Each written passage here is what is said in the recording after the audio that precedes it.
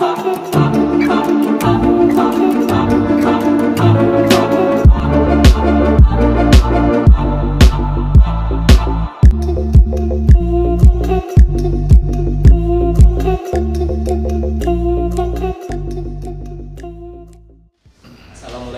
warahmatullahi wabarakatuh. Waalaikumsalam warahmatullahi wabarakatuh. Ketemu lagi dengan kami di sini dalam program bincang jurnalis dengan polisi. Ya, kali ini Ulun Sugi, wartawan dari harian Mata Benua. Kali ini kita bertemu dengan Pak Imam AKP Imam Suryana. Beliau adalah Kasat Lantas di Polres Barangan. Gimana Pak kabar dan kondisinya saat ini? Baik, alhamdulillah Mas Sugi, saya dalam keadaan sehat. Selamat kembali ketemu para pemirsa. Kembali kita dalam acara jurnalis versus polisi. Ya. Nah, jadi ini acaranya bukan adu tinju ya. Nah, tapi kita bincang santai terkait seputaran tugas polisi khususnya. Ya. Mungkin kali ini kita mungkin yang lagi rame Pak, ini adalah terkait instruksi Kapolri tentang larangan tindakan tilang secara langsung atau tilang manual istilahnya.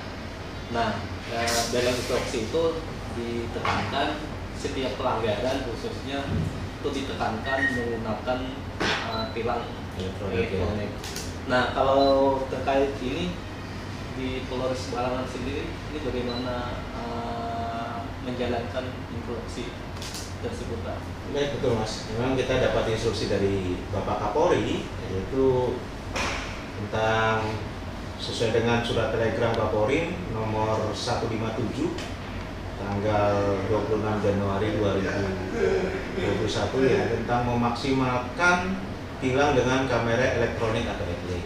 Kemudian ini dipertegas lagi oleh surat telegram Bapak Kapolda nomor 1020 2022 tanggal 17 Oktober 2022 tentang memaksimalkan tentang kita menggunakan penindakan pelanggaran terhadap pengguna jalan dengan ETL. Yang mana kita dalam hal ini tidak boleh melakukan razia secara stasioner atau razia di tempat. Nah, memang di sini di Balangan ini terdapat kendala-kendala yang kita hadapi, dan ini merupakan kendala yang prinsip. Kalau kita menggunakan ETL itu kita harus ada kameranya. Kemudian kebanyakan kamera-kamera ETL itu dipasang di perempatan jalan atau di lampu merah. Alhamdulillah Balangan saat ini belum punya lampu merah, betul. Artinya itu salah satu kendala. Itu sangat mendasar sekali. Kemudian juga biaya pembangunan ETL ini bukan sedikit atau sangat murah, bukan, sangat mahal. Nah, ini yang menjadi kendala kami yang di lapangan. Namun dalam hal ini kendala ini bukan menjadi kelemahan dari kami, bukan permasalahan. Kami juga tetap melakukan tindakan-tindakan agar tidak terjadinya pelanggaran. Nah, kalau tadi disebutkan tidak boleh lagi penindakan langsung, tidak boleh lagi ada razia yang seperti biasa yang satu titik. Ini kalau melihat kondisi Balangan, termasuk tadi itu fasilitas lampu merahnya belum ada. Ini bentuk pengawasan terhadap masyarakat pengendara sendiri bagaimana Pak untuk mensiasati yang kondisi-kondisi tersebut? Betul. Kita kendala ini bukan menjadi kelemahan ya, saya bilang tadi, tapi merupakan kendala ini kita optimalkan menjadi suatu kekuatan. Yang mana kami di sini di Barangan lebih menggiatkan lagi unit patroli. Unit patroli kami yang kami gelar di lapangan di jam-jam rawan pelanggaran dan di daerah-daerah yang terjadinya pelanggaran. Contoh seperti di Paringin, di Batu Mandi, kemudian di daerah-daerah arah ke Halong, ke Ajuai maupun ke Lampir. Bahkan ke perbatasan Tabalong pun kita gelar patroli. yang mana di sana selain patroli anggota juga kita kan memberikan himbauan sosialisasi agar masyarakat itu tertib dalam berlalu lintas, terutama dalam penggunaan helm yang jelas di sini terlihat. Memang di masyarakat Balangan sendiri paradigma atau pola pikirnya mereka lebih takut terhadap petugas daripada aturan. Ya. Nah, kalau petugas nggak ada, aturannya tidak diberlakukan sama mereka. Ya, mereka itu. Namun dalam hal ini kami tetap memaksimalkan dengan situasi yang ada untuk pelanggaran-pelanggaran tersebut bisa meminimalisir terjadinya kecelakaan lalu lintas. Dalam hal ini kita dari patroli, kita juga masuk ke sekolah dengan unit kamselnya. Nah, kalau dulu Dikmas Lantas, sekarang unit keamanan dan keselamatan, itu kita melakukan sosialisasi ke seluruh lapisan masyarakat, agar mereka mengerti dulu, ya, sadar dulu. Ya. Nah, kita sadar dulu bahwa tidak menggunakan helm itu melanggar aturan, seperti itu. Tapi kan setidaknya masih ada tindakan yang bisa dilakukan polisi kan saat ada pelanggaran yang dilakukan. Kalau tadi misalnya saat razia satu titik itu pasti ketahuan kan kalau ada pelanggaran. Nah, kalau itu tidak dibolehkan tapi pas ketemu misalnya, ini proses ketemunya bagaimana dan penindakan seperti apa yang dilakukan saat ada pelanggar lalu lintas? Memang benar, kalau misalnya pada saat kita patroli mereka tidak mengindahkan ya, menganggap cuma patroli biasa, kami melakukan patroli dengan skala ditingkatkan. Pada saat ada ketemu pelanggaran, yang jelas kami secara persuasif menghimbau. Mereka misalnya tidak mau, yang jelas contoh tidak menggunakan helm, mereka kami suruh untuk mengambil helm. Tindakannya seperti pulang ambil helm. Kalaupun mereka tidak mau juga, kami akan membuat surat cinta dalam bentuk teguran secara tertulis. Dan apabila pelanggaran itu berdampak terjadinya laka, membahayakan nyawa orang lain, mau tidak mau ya terpaksa kita lakukan, tapi itu upaya yang sangat-sangat terakhir. Ya, karena biar mereka sadar dulu, kan upaya mereka sadar dulu. Biar tidak ada petugas pun mereka akan secara kesadaran sih tertib. Jadi upaya penilangan ya, itu upaya yang sangat-sangat terakhir kami lakukan. Setelah kami berikan himbauan, kami tegur, ya kan, terus kami secara tertulis kami beri teguran, itu biar mereka mau dulu. Artinya kalau dulu pengawasannya di satu titik di sebenarnya dia, kalau ini sistemnya mungkin hunting lah. Ya, hunting dan mobiling. Oh iya, mobiling patroli kan. Patroli. Artinya mungkin tujuannya lebih meningkatkan kesadaran lagi kan. Kalau misalnya dulu baru ada razia baru sadar, tapi ini harusnya saat di jalan raya pun harus melengkapi segala macam. Dan ini metode ini bukan hanya pada saat kita ada surat telegram ini saja. Dan ini sudah kami berlakukan sejak awal tahun yang lalu. Pada saat kita operasi lilin, pergantian akhir tahun, yang mana di sana kita diinstruksikan untuk zero accident atau zero laka. Kami sudah menerapkan itu, mulai dari pemasangan spanduk, himbauan, kemudian patroli yang berskala besar ini setiap saat, mulai pagi, siang, sore, malam. Nah, itu kami tingkatkan terus, dan alhamdulillah pada saat operasi itu kita zero accident, tidak ada laka. Dan ini pun juga kami terapkan, dan sampai detik ini alhamdulillah tidak ada laka yang menonjol, tidak ada laka yang berakibat fatal. Kalaupun ada yang seperti contoh hari Jumat kemarin, nah itu, dan tidak terlalu parah, mereka akhirnya dengan kesadaran masing-masing pihak ini melakukan perdamaian sendiri, seperti itu. Jadi untuk laka yang menonjol sampai, ya mudah-mudahan ya ini tetap bisa kita pertahankan, tidak ada laka yang sampai korban jiwa. Ini kan Balangan terlepas dari interaksi tadi itu, karena sosial, geografis dan budayanya ini masih banyak kita lihat anak-anak sekolah misalnya, ini menggunakan kendaraan pribadi atau sepeda motor ke sekolah dengan berbagai alasan. Betul. Ini untuk menekan atau meminimalisir pelanggaran tersebut. Ini tindakan-tindakan apa yang sudah dilakukan selain sosialisasi ke sekolah? Oke, kita saat ini sudah membuat MOU, terutama di SMA 1 Parinip, yang baru-baru ini kita membuat MOU untuk melakukan kerjasama. Satu, sosialisasi, yang kedua penindakan berupa peneguran, pemanggilan orang tua. Jadi itu memang kami berpikir yang penting anak-anak itu tertib dulu, patuh dulu, secara kasat mata. Memang mungkin melihat Mas Sugi setiap hari anak-anak, banyak anak-anak sekolah ya, mungkin bisa dilihat secara langsung dari sekian puluh anak-anak yang berkendara, alhamdulillah rata-rata semua pakai helm. Artinya sudah safety lah. Safety dulu, ya. Urusan nanti itu. urusan nanti administrasi, Ya. kita bisa menyadari karena letak geografis, terus budaya masyarakat Balangan. Kita bukan berarti mentolerir hukum ya, aturan tapi ini tidak.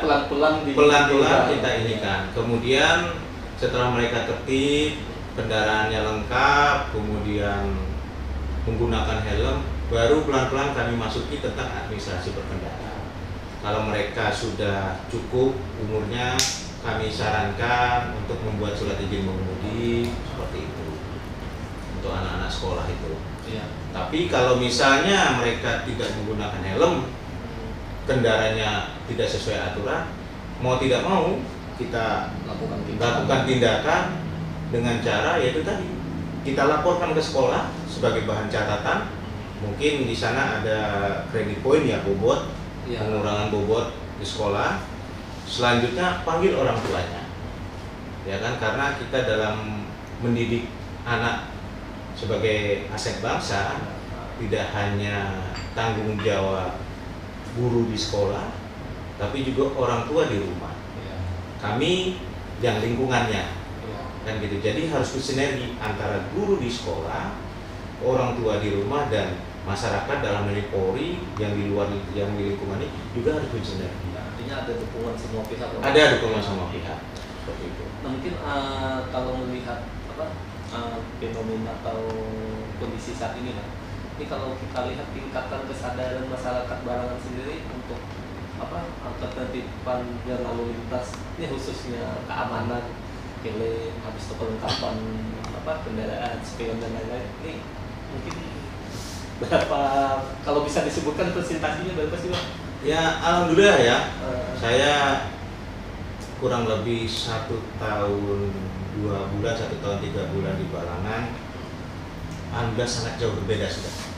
Dulu waktu saya masuk di sini, masyarakat di Kabupaten Balangan ini, jangankan sore hari, pagi hari pun banyak yang tidak menggunakan helm. Banyak yang kendaraan bermotornya pajaknya mati. Banyak kendaraan yang kelengkapannya spion, terus knalpot, itu banyak yang tidak sesuai aturan.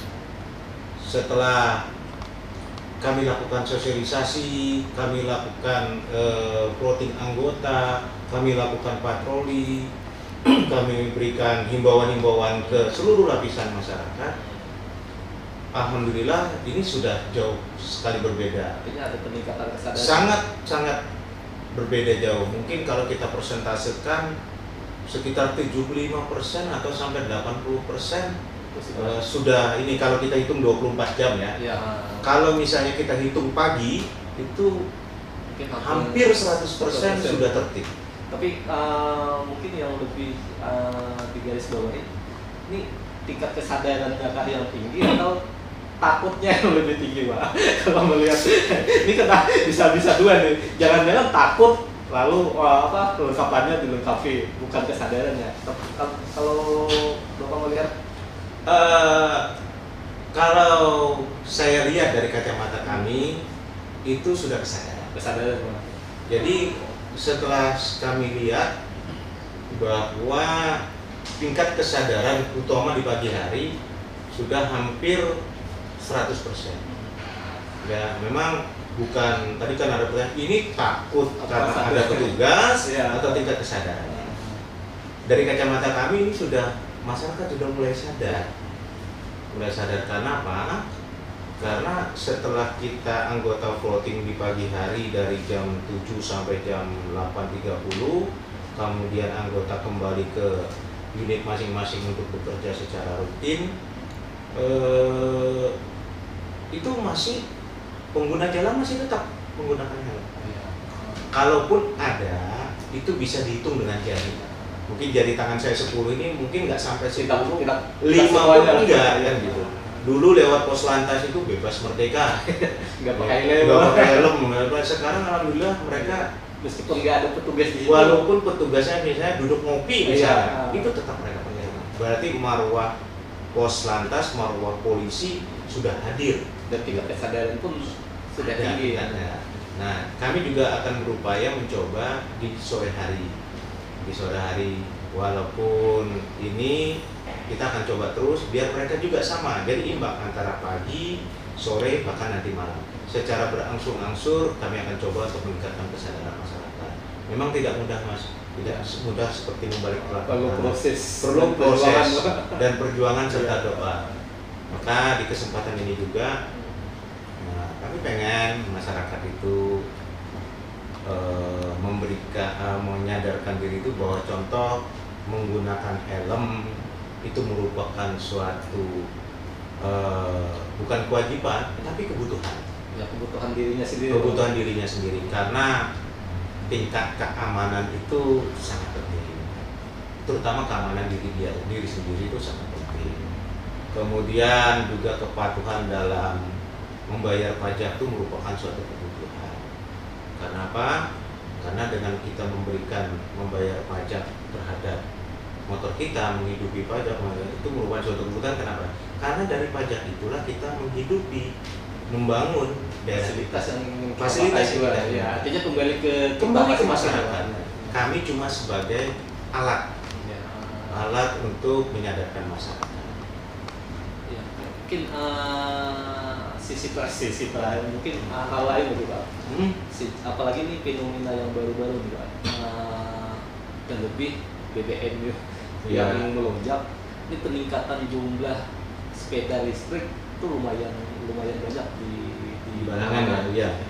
Nah, tapi pengguna sepeda listrik ini kan belum tahu bagaimana sih ketentuan aturan saat menggunakannya di jalan raya khususnya. Ini mungkin ada aturan khusus nggak untuk mengatur kendaraan sepeda listrik ini Pak untuk penggunaannya di jalan? Ya memang benar Mas, ini dengan dengan meningkatnya harga BBM ya salah satu pemicu. Salah satu pemicu karena karena ada perang di Ukraina dan Rusia akhirnya membuat gejolak energi dunia terutama BBM itu meningkat, tidak menutup kemungkinan berdampak kepada negara kita, bahkan di kabupaten kita. Memang sejak 6 bulan yang lalu sepeda listrik mulai menjamur. Dari sisi positifnya, tingkat ekonomi masyarakat mulai tumbuh. Sudah 2 tahun terakhir akibat COVID, masyarakat mulai tumbuh sisi ekonominya, pedagang sepeda listrik ada, pembelinya juga ada. Ya kan, mungkin dengan uang 3 sampai 10 juta sudah dapat beli sepeda listrik. Memang ada bagusnya, berarti pemakaian BBM sudah mulai menurun dengan menggunakan listrik. Tapi dalam hal ini ada dampak terhadap pengguna sepeda listrik di jalan. Semakin maraknya juga berdampak itu. Dalam hal ini dalam segi peraturan memang tidak jauh beda dengan pengguna kendaraan yang menggunakan BBM atau yang bermotor. Kalau mereka di jalan minimal dia safety dirinya menggunakan helm tetap. Ya. Kami setiap melihat ada pengguna sepeda listrik di jalan raya, kami berikan himbauan, kami tegur. agar mereka tetap menggunakan helm. Ya. Ya, helm. Kemudian tetap kelengkapan sepeda listriknya tetap terjaga terpasang. Contoh spion. Ya. Ya, tetap ada sen atau ratingnya. Kalau bisa malam hari tetap lampunya juga dipakai, dinyalakan. Agar apa? Agar mereka safety di jalan. Karena sini tidak jauh beda aturannya. Tapi bedanya mereka tidak ada surat izin mengemudi. Kemudian mereka juga tidak dilakukan tindakan penilangan. Ya. Tapi kita bukan jadi masalah, saya bilang tadi. Oh, ini tidak ada aturan untuk ditilang. Tidak, tetap kita himbau. Ya.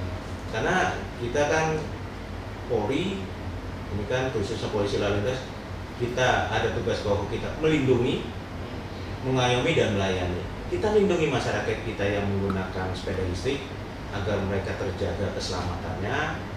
Kita ayomi mereka, kita arahkan, ya. Kita layani kalau mereka ada masalah. Kemudian kalau misalnya anak-anak, Ya. nah, anak-anak Ini kan banyak, sore hari selain ibu-ibu ini anak-anak juga. anak-anak, betul. Ya. Anak-anak tuh banyak tuh sepeda listrik. Ya. Kalau anak-anak aturannya kalau di jalan raya wajib didampingi oleh orang tua. Kenapa? Agar anak-anak kita ini masa depan aset bangsa ini selamat. Ya kan, selamat dulu. Jadi kami himbau juga kepada orang tua yang anak-anaknya sering menggunakan sepeda listrik, tolong aset bangsa ini, masa depan keluarga kita ini dijaga. Kalau dia menggunakan sepeda listrik di jalan raya, agar didampingi, dibonceng, jangan dilepas. Karena kalau terjadi apa-apa, yang akan rugi adalah orang tuanya juga. Kami Polri, khususnya polisi lalu lintas, menghimbau, mengingatkan, dan kalaupun nanti diberikan himbauan, diberikan teguran, diberikan arahan, tolong ditaati, ya, jangan dianggap sepele, ya, karena terjadi sesuatu dan lain-lain tidak bisa kita perkirakan. Ya kan gitu. Apalagi di jalan raya. Apalagi di jalan raya, di Ya, jalan raya itu banyak. bisa Semua bisa terjadi. Semua kendaraan lewat. Semua kendaraan lewat. Ini mungkin pertanyaan-pertanyaan Pak. Kalau melihat fasilitas pengendara atau lalu lintas umumnya di Kota Palingin khususnya, ini apa sih yang perlu diperhatikan oleh pemerintah daerah atau fasilitas apa sih yang dibutuhkan lagi? Lalu ngambil contoh adalah salah satunya misalnya jalur khusus sepeda misalnya. Ini apakah perlu atau fasilitas apa aja yang bisa ditambah atau disediakan oleh pemerintah daerah? Ya memang kalau kita lihat fasilitas yang ada sangat-sangat minim ya. Masih kurang. Sangat-sangat minim. Karena undang-undang itu kan mewajibkan pemerintah. Nah, dalam hal ini baik itu pemerintah pusat, pemerintah provinsi maupun pemerintah daerah khususnya selaku penyelenggara jalan itu kan adalah dinas stakeholder terkait dalam hal ini dinas PUPR, pekerjaan umum, atau mungkin untuk jalan nasional jalan balai jalan, balai besar jalan nasional itu memang harus perlu disiapkan fasilitas jalan yang berkeselamatan. Salah satu contohnya fasilitas trotoar bagi pengguna jalan kaki. Kalau di tempat kita kan trotoar mungkin bisa dihitung berapa meternya. Ya, itu harus disiapkan. Kalau memang kita mengacu kepada aturan undang-undang dan itu wajib karena undang-undang. Kemudian bagi disabilitas ada khusus juga. Kemudian bagi sepeda memang harus juga. Memang tidak mudah. Tidak mudah. Mungkin kita terkendala dengan anggaran, kemudian terkendala dengan geografisnya, ya kan, kemudian terkendala terhadap masyarakat itu sendiri. Karena di sini apabila masyarakat mendengar pemerintah ada melakukan pembangunan, biasanya bermasyarakat tuh akan berpikir kita dapat ganti untung. Bukan ganti ikhlas atau ganti rugi. Bukan ganti ikhlas, bukan ganti rugi, dapat ini merupakan suatu rezeki nomplok, ya kan? yang di depan halamannya itu nanti akan dilebarkan, kemudian akan diganti oleh pemerintah, itu yang tidak ada diadakan agar nilai asetnya itu tinggi. Jadi mungkin kami itu salah satu kendala juga. Jadi mungkin kepada masyarakat juga ya jangan berpikir ganti untung untuk keselamatan kita bersama, karena pemerintah membangun fasilitas jalan berkeselamatan tuh untuk masyarakat, ya kan, untuk masyarakat, bukan untuk si pemerintah, bukan siapa yang memimpin saat ini, bukan, tapi untuk masyarakat, kan seperti itu. Bukan hanya untuk sekarang tapi juga untuk akan datang. Untuk yang akan datang, contoh yang mungkin dalam beberapa bulan ke depan ini kan kita mungkin di Kabupaten Balangan ini, di Kota Paringin ada pelebaran jalan, ya tolong didukung. Setiap proses pembangunan. Setiap proses pembangunan itu juga harus didukung agar kota kita ini baik, agar pengguna jalan ini selamat, ya kan? Dan pengguna pun nyaman. Pengguna pun nyaman seperti itu. Ya kalau mungkin rekan-rekan Mas Sugi lihat di Banjarmasin, di trotoar di Banjarmasin bagus, ya. Ada tempat duduknya, ada tamannya.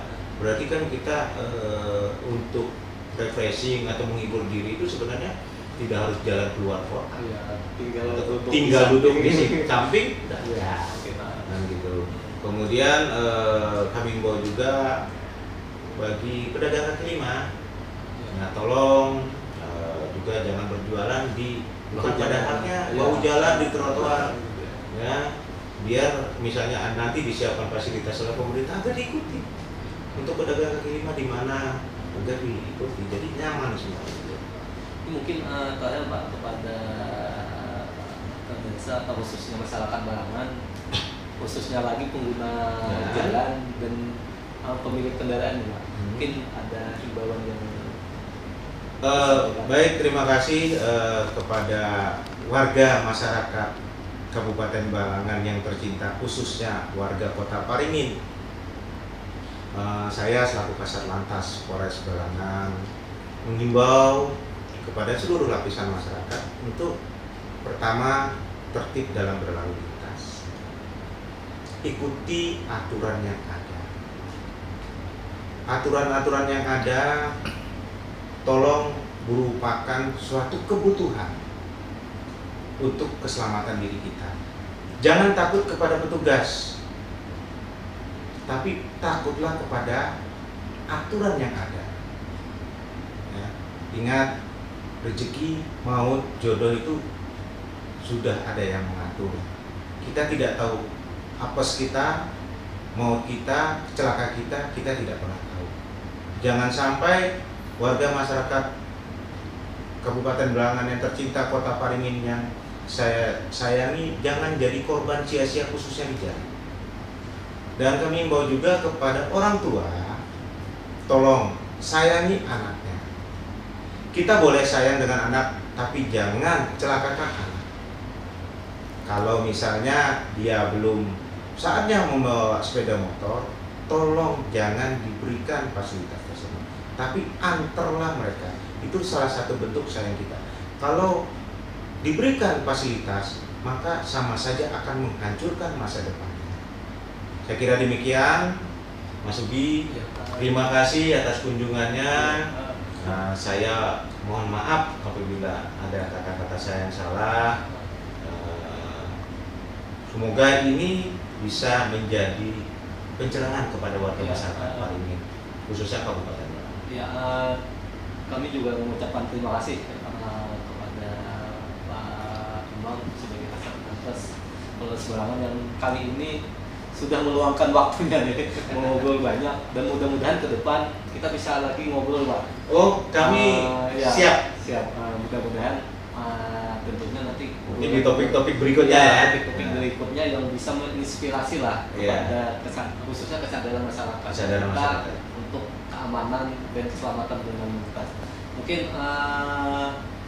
ini terakhir sisi kita.